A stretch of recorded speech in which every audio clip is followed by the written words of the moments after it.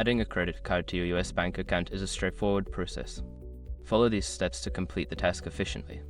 Step 1. Log into your account. Visit the US bank website or open the mobile app. Enter your username and password to access your account. Step 2. Navigate to the card management section. Once logged in, look for the account services or card management option in the menu. Click on it to proceed.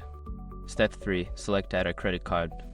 In the card management section, find the option that says Add a credit card or link a new card.